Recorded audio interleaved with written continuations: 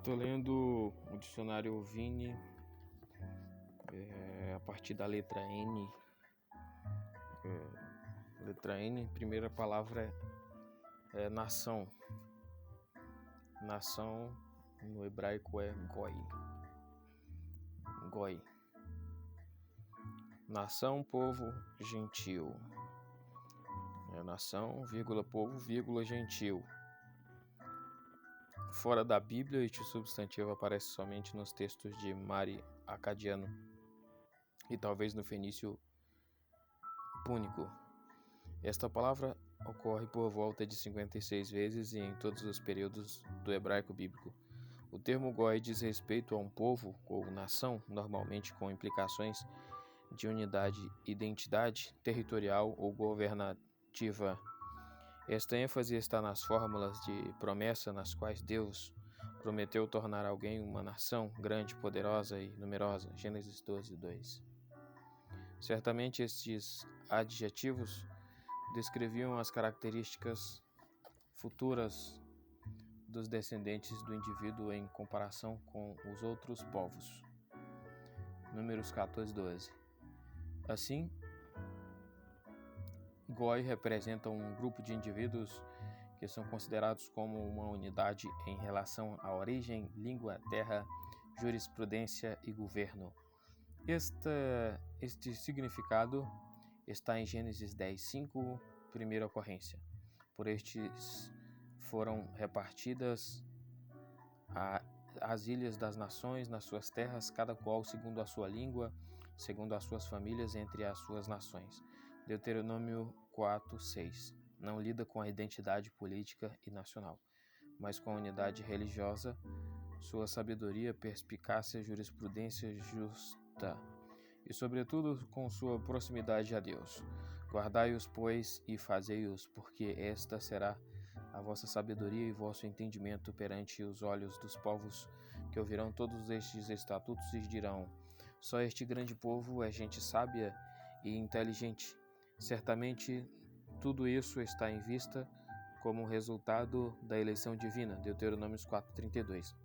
A grandeza de Israel é devida à grandeza de seu Deus e dos grandes atos de Deus realizados em Israel e para ele. A palavra povo-nação, indica interrelacionamentos pessoais e subjetivos com base na ascendência familiar comum e ou na união de concerto, enquanto que goi sugere uma entidade política com um território próprio. Agora, pois, se tenho achado graça aos teus olhos, rogo-te que agora me faças saber o teu caminho e conhecer-te-ei para que ache graça aos teus olhos. E atenta que esta nação é o teu povo. Êxodo 33, 13. Porém, goi pode ser usado para se referir a povo, a parte de sua identidade territorial. E vós me sereis reino sacerdotal e povo santo. Êxodo 19, 6. Por vezes, goi é quase um nome derrogatório para grupos não israelitas ou para gentios. E vos espalhei entre as nações e desembainhei a espada atrás de vós. Levítico 26, 33. Essa conotação negativa nem sempre está presente quando a palavra é usada para aludir aos gentios. Porque no cume das penhas o vejo e dos outeiros o contemplo. Eis que este povo habitará só entre as nações, não será contado. Números 23, 9. Certamente, em contextos que lidam com adoração, o termo goim diz respeito aos não israelitas. Assim ao Senhor temiam e também a seus deuses serviam. Segundo o costume das nações, dentre as quais tinham sido transportados. 2 Reis 17:33. Em passagens como Deuteronômio 4:38, Goim descreve especificamente os habitantes primitivos de Canaã antes da conquista israelita. Israel devia se manter afastado e distinto dos gentios, Deuteronômio 7:1, e era exemplo de verdadeira religiosidade diante deles, Deuteronômio 4:6. Por outro lado, como bênção para todas as nações, Gênesis 12:2, e como nação santa e reino de sacerdotes, Êxodos 19:6. Israel devia ser o meio pelo qual a salvação era declarada às nações gentias, e elas viriam a reconhecer a soberania de Deus, Isaías 60.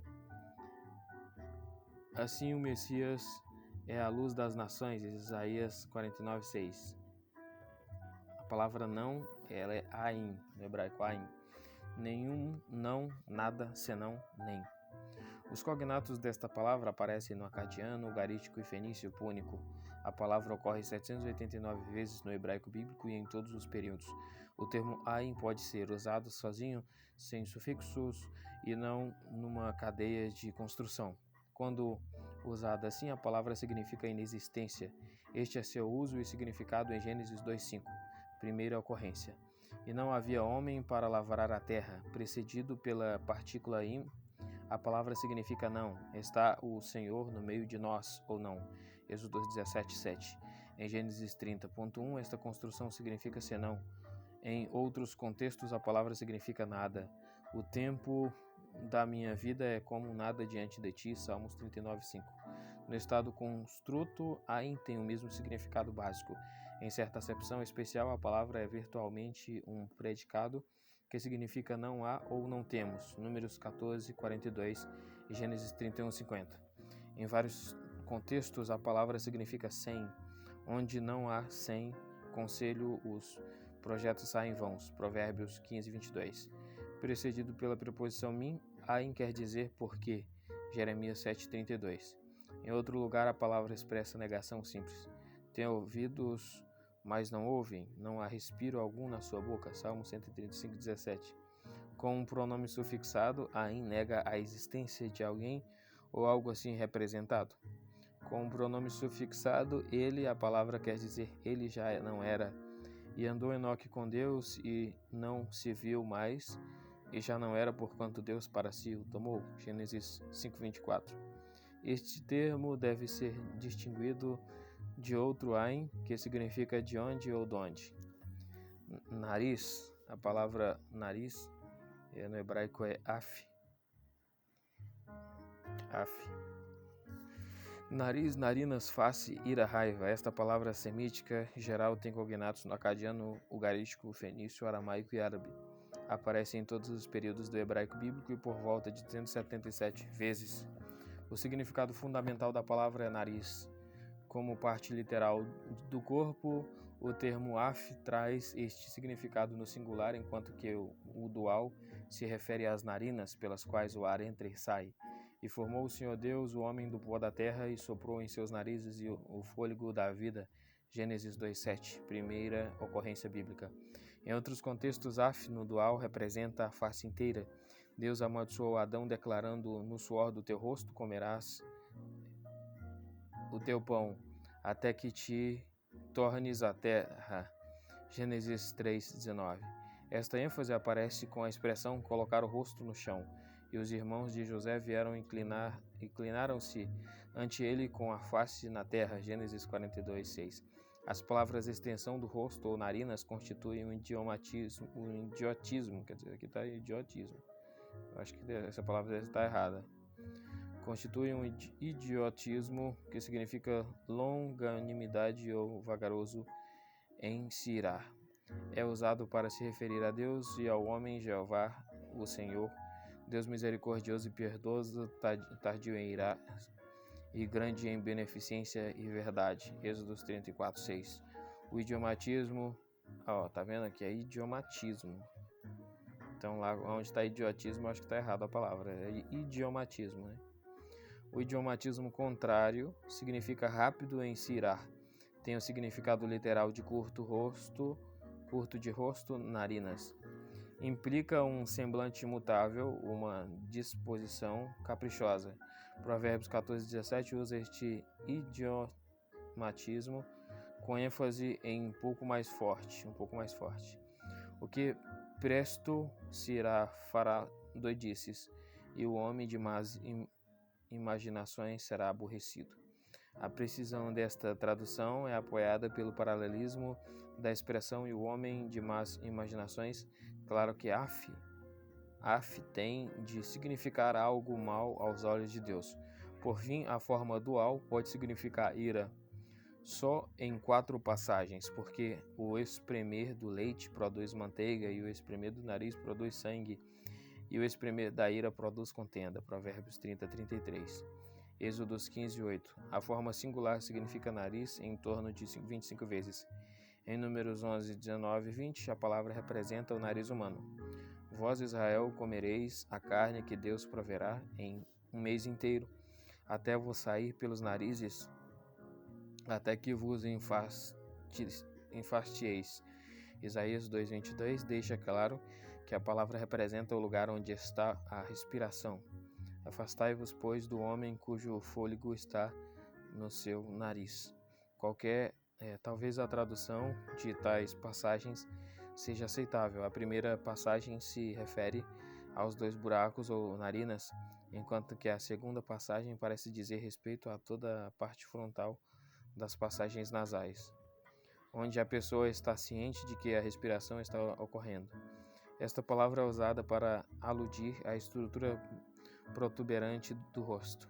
O nariz e as orelhas te tirarão, e o que te ficar de resto cairá a espada.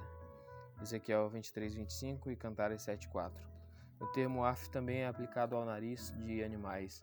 Em Jó 40:24, Deus fala de um animal das grandes águas. Podê-lo-iam, porventura, caçar à vista de seus olhos, ou com laços lhe furar o nariz? A palavra pode ser usada antropomorficamente para aludir a Deus. Certamente passagens como Deuteronômio 4:15-19 deixam óbvio que Deus é Espírito, João 4:24, e não tem corpo como os homens. Ainda falando de modo figurativo, pode-se dizer: ensinaram os teus juízos a Jacó e a tua lei a Israel. Levaram incenso ao teu nariz e o holocausto sobre o teu altar. Deuteronômio 33:10 e Salmos 18:8. O idiomatismo, idiomatismo. Alto de nariz quer dizer altivo. Idiomatismo em português, ter o nariz empinado. Por causa do seu orgulho, o ímpio não investiga, todas as suas cogitações são não a Deus. Salmos 10:4. A forma singular significa raiva ou ira. Este significado aparece primeiramente em Gênesis 30:2. Então se acendeu a ira de Jacó contra Raquel. Este significado é aplicado a Deus como figura de linguagem, antropopatia, por meio da qual se atribui a ele emoções humanas, considerando que Deus é infinitamente eterno e inalterável, e na medida que a raiva é uma emoção que representa mudança na reação do indivíduo, Números 25:4, Deus na verdade não fica irado, ele só parece estar assim aos olhos dos homens. Provérbios 29:8. O Espírito de Deus pode se apossar de um homem e movê-lo para uma raiva santa. Juízes 14:19, 1 Samuel 11:6. Anaf. Anaf, a palavra anaf é irar-se. Este verbo, que tem cognatos na maioria dos idiomas semíticos, ocorre 39 vezes no hebraico bíblico e em todos os períodos. O verbo aparece em Isaías 12:1 e dirás naquele dia: graças te dou ao Senhor, porque ainda que te iraste contra mim, a tua ira se retirou. A palavra necessitado, letra A, substantivo. A palavra necessitado em hebraico é ebion. Esta palavra também aparece no garítico e no etiópico. O hebraico bíblico a atesta cerca de 60 vezes, 33 vezes só nos Salmos e em todos os períodos. Este substantivo se refere primeiro a alguém que é pobre em sentido material. Tal indivíduo pode ter perdido a terra de sua herança, mas ao sétimo a soltarás e deixarás descansar, para que possam comer os pobres do teu povo, e do sobejo comam os animais do campo. Êxodos 23:11. Ele entrou em dificuldades financeiras, Jó 30:25, e talvez tenha falta de se servir, Jó 31:19, ou do que comer. Salmo 132, 15. Em segundo lugar, Ebion se refere à falta de posição social que causa a necessidade de proteção. A primeira ocorrência bíblica traz esta ênfase. Deus garante proteção para tal pessoa, não perverterás o direito do teu pobre na sua demanda. Êxodo 23.6. O justo defende os necessitados e indefesos. Dos necessitados era pai e as causas de que não tinha conhecimento inquiria com diligência. Jó 29:16. Provérbios 31:9. Romanos 3:14 e 15. Provisões divinas estão envolvidas nas estipulações mosaicas, como a reversão das terras hereditárias dos ancestrais no ano sabático, Êxodo 23:11. O cancelamento de empréstimos, Deuteronômios 15.4, e a extensão especial de empréstimos, Deuteronômios 15:7, 9 e 11. Em terceiro lugar, este substantivo descreve a condição espiritual do indivíduo perante Deus. Assim diz o Senhor: por 3 transgressões de Israel, e por 4 não retirarei o castigo, porque vendem o justo por dinheiro e o necessitado por um par de sapatos. Amós 2:6. Neste versículo, Ebion está em paralelismo sinônimo com justo, o que significa que descreve uma qualidade moral. Biverbo. A palavra abá significa anuir, aceitar, consentir. Este verbo, que ocorre em torno de 52 vezes e em todos os períodos do hebraico bíblico, e às vezes associado com o substantivo ebion, necessitado. Os mesmos radicais aparecem no acadiano desejar, árabe recusar, aramaico querer e egípcio desejar. Em Deuteronômios 13:8, este verbo quer dizer consentir. Não consentirás com ele, nem o ouvirás. A palavra nobre em hebraico é adir. Letras substantivas. Adir, nobre, principal, imponente. Como substantivo, adir é comparado em Juízes 5:13 a poderoso. Então o Senhor fez dominar sobre os magníficos entre o povo, ao que ficou de resto. Fez-me o Senhor dominar sobre os valentes. A palavra também ocorre em Jeremias 14:3 e Jeremias 30:21. Em 2 Crônicas 23:20, adir é comparado a capitães e poderosos. A palavra é aplicada ao Messias. O Messias é nenhum outro senão o próprio Deus. Mas o Senhor ali nos será grandioso, lugar de rios e correntes largas. Isaías 33:21. Dois substantivos que ocorrem com menos frequência são aderet e éder. O termo aderet quer dizer roupa de luxo exterior, manto, capote. Esta palavra aparece em Gênesis 25:25 com sentido de manto. O termo éder se refere a uma roupa de luxo exterior, Miqueias 2:8. B. Adjetivos. Adir, poderoso, majestoso. A palavra adir, adjetivo ou substantivo, ocorre por volta de 26 vezes no hebraico bíblico e principalmente nas passagens poéticas de todos os períodos. O garítico e o fenício atestam cognatos da palavra. Em sua primeira ocorrência, o adjetivo adir descreve a santidade majestosa superior de Deus que foi mostrada ao libertar Israel da escravidão egípcia. Ó Senhor, quem é como tu entre os deuses? Quem é como tu, glorificado em santidade, terrível em louvores, operando maravilhas? Êxodos 15:11. Aqui a ideia de poder superior também é sugerida. Êxodos 15:6 e 1 Samuel 4:8. É o poder eterno e soberano de Deus que venceu seus inimigos e deu morte a reis famosos. Salmo 136:18. Ele é mais poderoso do que os reis poderosos. Por conseguinte, seu nome e sua pessoa é louvado como soberano em poder e majestade. Ó Senhor, Senhor nosso, quão magnífico em toda a terra é o teu nome. Salmos 8:1. A palavra tem duas implicações, quer dizer, poder e esplendor.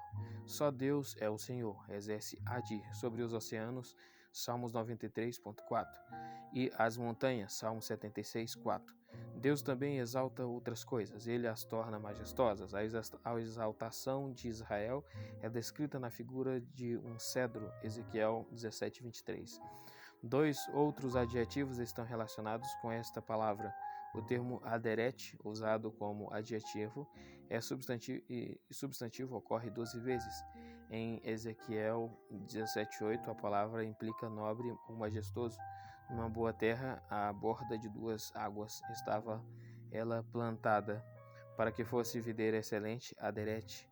O termo eder ocorre uma vez como adjetivo, Zacarias 11:13, onde modifica o valor de uma quantia de dinheiro.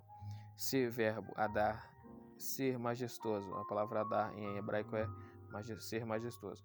Este verbo só ocorre 2 vezes e no uso poético. A palavra aparece em Isaías 42:21. O Senhor se agrada dele por amor da sua justiça, agradeceu-o pela lei e o fez glorioso. Adar. A palavra também ocorre em Êxodos 15:11. Noite. Laila. Que eu já sabia já. Laila, né? Noite. Os cognatos deste substantivo aparecem no garítico, moabita, acadiano, aramaico, sírio, árabe e etiópico. A palavra ocorre cerca de 227 vezes no hebraico bíblico e em todos os períodos. O termo Laila quer dizer noite, o período de tempo durante o qual está escuro. E Deus chamou a luz dia e as trevas chamou noite. Gênesis 1:5. Primeira ocorrência bíblica em Êxodos 13:21 e passagens semelhantes. A palavra significa de noite ou durante a noite. E o Senhor ia adiante deles de dia numa coluna de nuvem e de noite numa coluna de fogo, para os alumiar para que caminhassem de dia e de noite. Essa palavra é usada de modo figurativo para se referir à proteção.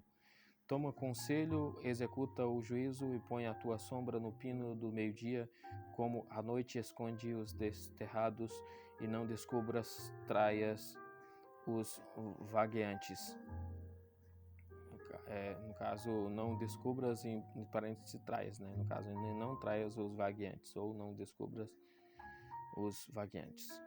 Isaías 16:3. O termo Laila também delineia profunda calamidade sem a presença confortante e a direção de Deus, e o delineia outros tipos de aflição. Onde está Deus que me fez? Que dá salmos entre a noite, Jó 35:10. Durante os tempos do Antigo Testamento, a noite era dividida em 3 vigílias. Primeiro, do pôr do sol às 10 da noite, Lamentações 2:19, e segundo, das 10 da noite às 2 da manhã, Juízes 7:19, e terceiro, das 2 da manhã ao amanhecer, Êxodos 14:24. Nome, Shem. Nome, né? A palavra agora é nome, que em hebraico nome é Shem. Aí nome também vai ser nome, reputação, memória, renome. Os cognatos desta palavra aparecem no acadiano, garítico, fenício, aramaico e árabe. Esta palavra ocorre em torno de 864 vezes e em todos os períodos do hebraico bíblico. Nem sempre é verdade que o nome de um indivíduo revela sua natureza. Nomes que usam estrangeirismos e palavras antigas não eram provavelmente entendidos. Claro que nomes como cachorro, entre parênteses, é Caleb. Puxa, eu não sabia não.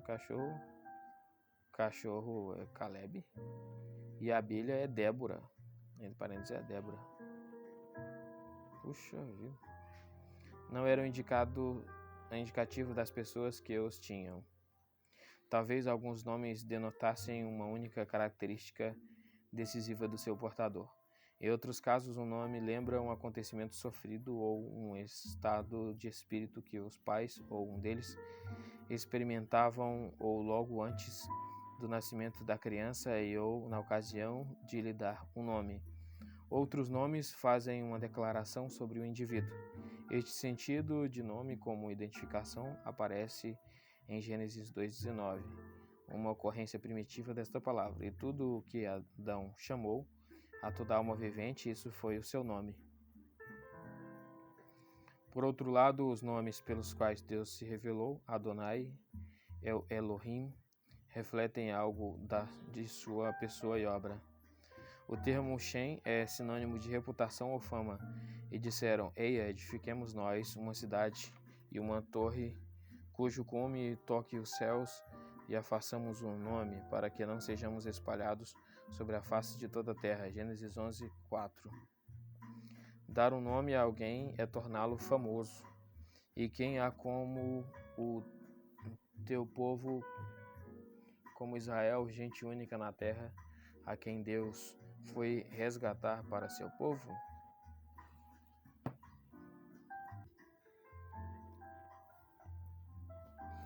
Ainda estou na palavra nome. E a fazer-se um nome, e a fazer-vos estas grandes e terríveis coisas para a tua terra. 2 Samuel 7:23. Se o nome vai adiante de alguém, sua reputação de fama é tornada conhecida. E correu a tua fama entre as nações por causa da tua formosura. Ezequiel 16:14. A fama pode incluir poder. E este alçou a sua lança contra 300 e os feriu, e tinha nome entre os 3. 2 Samuel 23:18. Este sentido, homens de reputação, aparece em Gênesis 6:4. Estes eram os valentes que houve na antiguidade, os varões de fama. Essa palavra às vezes é um sinônimo de memória ou reputação, aquilo que permanece. Assim apagarão a brasa que me ficou, de sorte que não deixam a meu marido nome, nem resto sobre a terra. 2 Samuel 14:7. Nesse aspecto, o nome pode incluir propriedade ou herança, porque se tiraria o nome de nosso pai do meio da sua família, porquanto não teve filhos, dá-nos possessão entre os irmãos de nosso pai. Números 27:4. A palavra Shem conota renome e continuação naqueles que subsistem depois de alguém. E levantaram-se perante Moisés com 250 homens dos filhos de Israel, maiorais da congregação, chamados ao ajuntamento, varões de nome. Números 16:3. Este significado está na expressão levantar o nome depois de si. No dia em que tomares a terra da mão de Noemi, também a tomarás da mão de Ruth, a moabita, mulher do falecido, para suscitar o nome do falecido sobre a sua herdade. Deuteronômios 9:14 e Ruth 4:5. Palavra novo. A palavra novo em hebraico, ela é hadash. Hadash significa renovar. Este verbo aparece na literatura pós-mosaica, com exceção de Jó 10:17. A raiz encontrada em todos os idiomas semíticos com o mesmo sentido em geral. Os radicais são H, D e TH. A primeira ocorrência de Hadash na Bíblia está em 1 Samuel 11:14. Disse Samuel ao povo: Vinde, vamos nós a Gilgal e renovemos ali o reino. Rodesh, ou Odesh, lua nova, mês. Este substantivo ocorre por volta de 283 vezes no hebraico bíblico e em todos os períodos. A palavra se refere ao dia no qual a lua crescente reaparece. Escondeu-se, pois, Davi no campo, e, sendo a lua nova, assentou-se o rei para comer pão. 1 Samuel 20:24, Isaías 1:14. Usa esta palavra para aludir à festa que acontecia neste dia. As vossas festas da lua nova e as vossas solenidades as aborrece a minha alma. Números 28:14. O termo Rodesh ou Odesh diz respeito ao mês ou ao período de uma lua nova a outra. O sentido de medida de tempo durante o qual algo acontece vemos em Gênesis 38, 24. E aconteceu que quase 3 meses depois deram aviso a Judá. Em acepção relacionada à palavra, não se refere tanto a uma medida de tempo no que tange a um período de tempo ou a um mês de calendário. Estes meses às vezes são nomeados, Êxodo 13, 4, e às vezes numerados, Gênesis 7, 11. Se adjetivo. Adash. Novo, renovado. Este adjetivo aparece 53 vezes no hebraico bíblico. O termo Adash quer dizer novo tanto no sentido de recente, em oposição a velho, quanto ao sentido de algo que antes não existia. A primeira acepção aparece em Levítico 23, 16. Até o dia seguinte, ao 7º sábado, contareis 50 dias. Então oferecereis nova oferta de manjares ao Senhor. A primeira ocorrência bíblica de Adash, Êxodo 1:8, demonstra o segundo significado. Depois levantou-se um novo rei sobre o Egito, que não conhecera a José. Esta segunda acepção ocorre na discussão de Isaías sobre a salvação futura. Por exemplo, em Isaías 42:10, um novo ato salvador de Deus produzirá um novo cântico de louvor a Ele. Cantai ao Senhor um cântico novo, e o seu louvor desde o fim da terra. O salmista usa a expressão cântico novo. Neste sentido, ocorreu um novo ato salvador de Deus, e um cântico correspondente a esse ato o celebra. O novo é contrastado com o antigo, o primeiro. Eis que as primeiras coisas passaram, e novas coisas eu vos anuncio. E antes que venham à luz, vô-las faço ouvir. Isaías 42:9. Jeremias 31, 34. Emprega esta mesma acepção que fala do novo concerto. Ezequiel 11:19. Um significado singular aparece em Lamentações 3:23, onde Adash significa renovado. Da mesma maneira que a criação de Deus é renovada e revigorada, assim é a sua compaixão e misericórdia. Novas são a cada manhã, grande é a tua fidelidade. Esta acepção está relacionada mais de perto com o verbo do qual esta palavra é derivada. Nudez. Erva. Nudez, coisa indecente. 32 das 53 ocorrências deste substantivo estão nas leis sociais de Levítico 18:20. O restante de suas ocorrências está espalhado ao longo dos vários períodos da literatura do Antigo Testamento, com a exceção notável da literatura poética. Esta palavra retrata os órgãos sexuais masculinos ou femininos. Em primeira ocorrência bíblica, erva implica exposição vergonhosa. E viu Cã, o pai de Canaã, a nudez de seu pai, e fê-lo saber a ambos seus irmãos fora.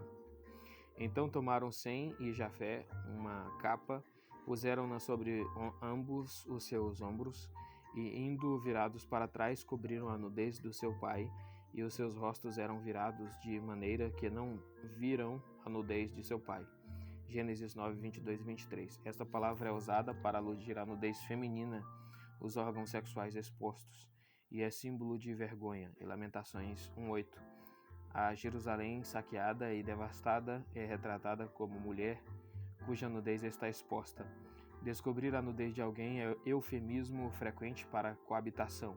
Nenhum homem se chegará a qualquer parenta de sua carne para descobrir a sua nudez.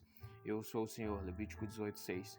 A expressão coisa indecente representa qualquer impureza no acampamento militar ou qualquer violação das leis de abstinência sexual. Emissão noturna não adequadamente limpa, coabitação sexual e outras leis de pureza, por exemplo, excremento enterrado no acampamento.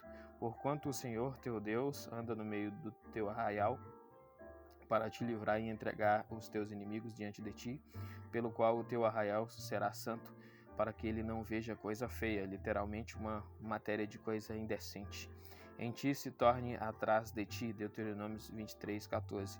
Em Deuteronômio 24:1, erva parece trazer este significado em qualquer violação das leis de pureza. Se um noivo não fica satisfeito com sua noiva por nela achar coisa feia e impureza, ele pode se divorciar. Obviamente, esta evidência não é de coabitação anterior, visto que tal pecado merece a morte. Deuteronômio 22:13. As partes indefesas ou nudez de uma terra são retratadas por Ervá em Gênesis 42:9. Vós sois espias e viestes para ver a nudez da terra.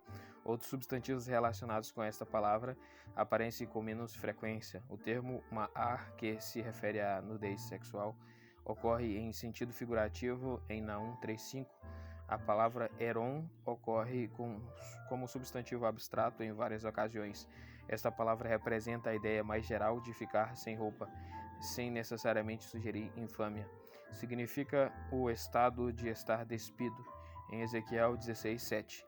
A palavra Heron aparece como nu ou alguém que está em sua nudez.